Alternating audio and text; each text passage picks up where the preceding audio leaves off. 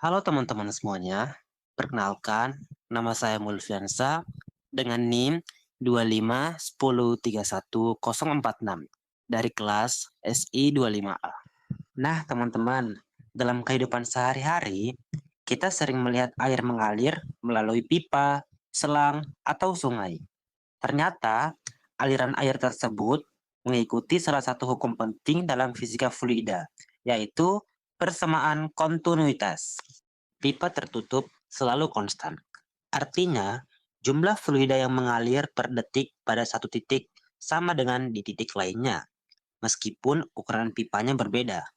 Secara matematis dinyatakan dengan rumus A1 dikali V1 sama dengan A2 dikali V2, di mana A adalah luas penampangan pipa dan V adalah kecepatan aliran fluida.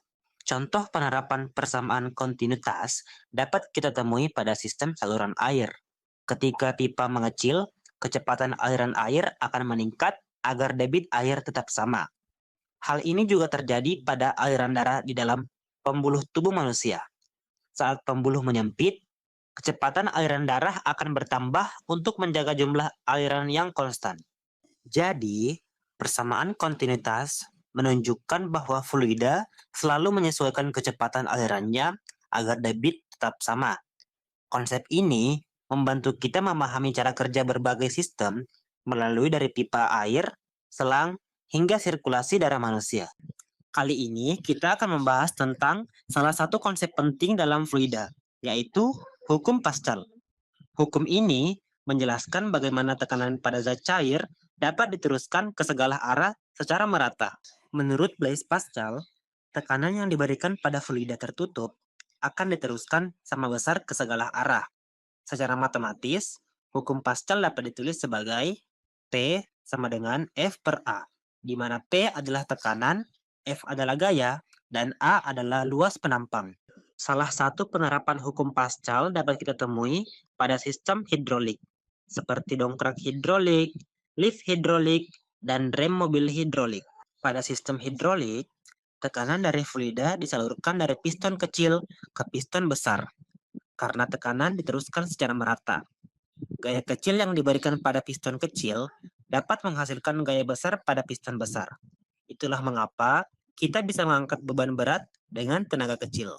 Jadi, hukum Pascal menunjukkan bahwa tekanan dalam fluida tertutup akan diteruskan sama besar ke segala arah.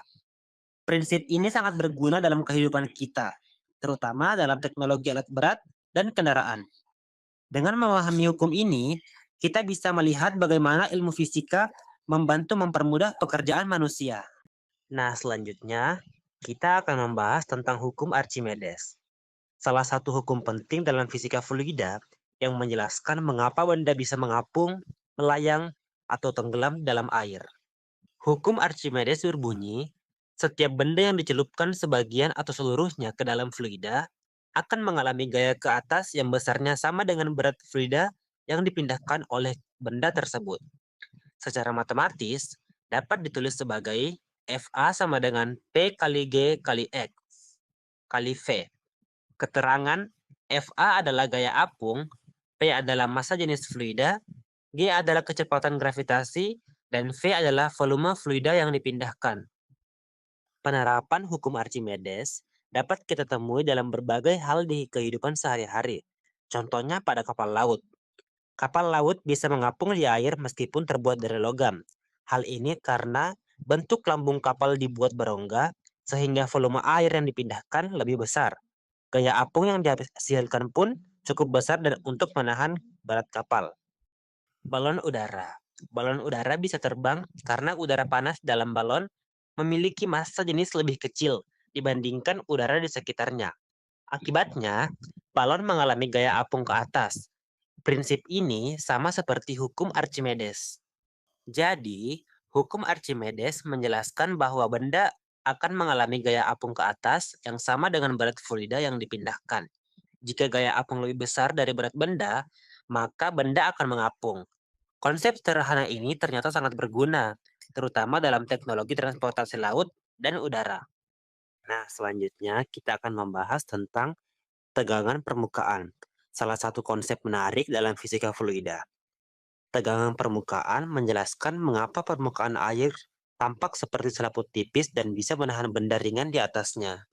Tegangan permukaan terjadi karena adanya gaya tarik-menarik antara molekul-molekul zat cair. Besarnya tegangan permukaan dilambangkan dengan huruf Y atau gamma dan memiliki satuan N per M. Secara sederhana, tegangan permukaan dapat dihitung dengan rumus F sama dengan Y kali L, di mana F sama dengan gaya yang bekerja pada permukaan, Y sama dengan tegangan permukaan, L sama dengan panjang garis permukaan.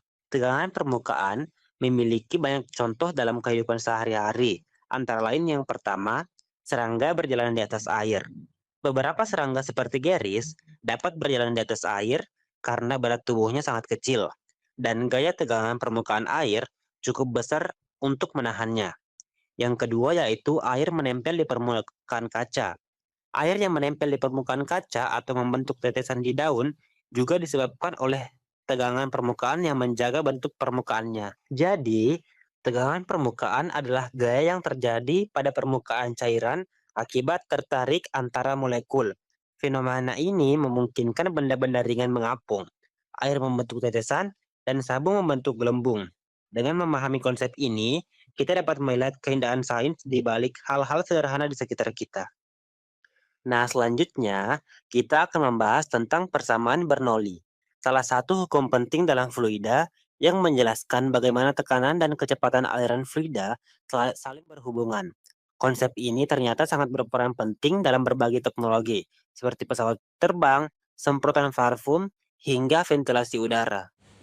Persamaan Bernoulli dikemukakan oleh dalil Bernoulli yang menyatakan bahwa semakin cepat aliran fluida, maka tekanan yang dimilikinya semakin kecil.